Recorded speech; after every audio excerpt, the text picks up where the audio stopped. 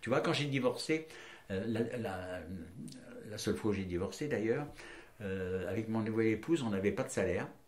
On était à la rue, on était allé habiter chez ses parents quelques mois. Et, et j'ai rencontré un propriétaire qui avait des appartements sur Senlis à côté de Paris, à côté de Chantilly.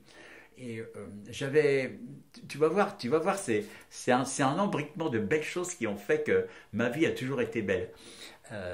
J'avais reçu sa nièce dans mon émission de radio qui s'appelait Le micro dans les étoiles.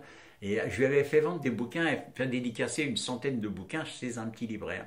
Il m'a dit, mais moi je vous connais. Donc vous n'avez pas d'argent, c'est pas grave, je vais vous mettre mon appartement à votre disposition. Vous me donnerez le loyer que vous voulez quand vous pourrez. Tu vois, je suis resté 3 mois, j'ai trouvé du boulot, je l'ai repayé, et puis il nous a rendu notre caution parce qu'on avait fait attention. Mais voilà, tu vois, c'est les choses qui font que on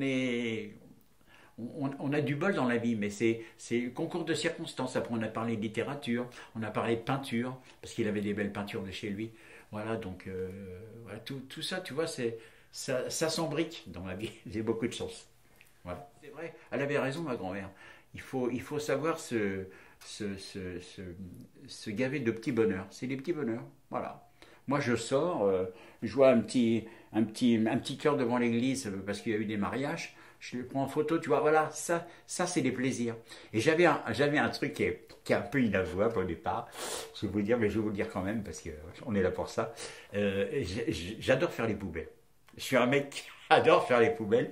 Et après mon premier mariage, quand je me suis retrouvé à la rue, on a retrouvé beaucoup de choses dans les poubelles. J'ai retrouvé une loupe avec une dizaine de diamants autour. Je l'ai vendu, j'ai dû le vendre ça 80 ou 100 euros. Mais ça nous a permis de bouffer, tu vois. J'avais retrouvé on m'avait donné un bouquin aussi, un bouquin d'un gardien de prison, d'un directeur de prison, parce qu'avant les directeurs de prison, pour avoir leur place, il fallait qu'ils fassent un chef-d'œuvre.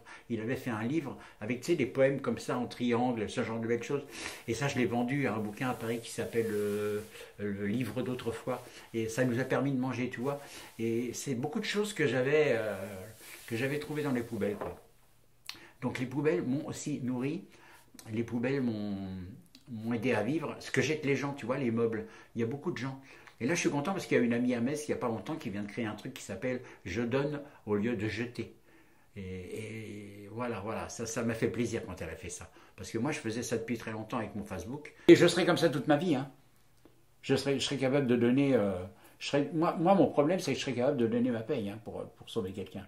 C'est un gros problème que j'ai. J'ai pas ce rapport au fric, en rapport à l'argent. Pour moi, l'argent, c'est quelque chose de détestable. On en a besoin, oui, c'est vrai. Mais c'est quelque chose de... J'ai jamais attaché d'importance à l'argent. Que j'aille 1000 euros, que j'aille 20 000 euros sur mon compte, j'en ai rien à foutre. Voilà. Ça, c'est... Alors, je suis quand même quelqu'un d'assez rare là-dessus, hein. Je pense qu'on peut le dire.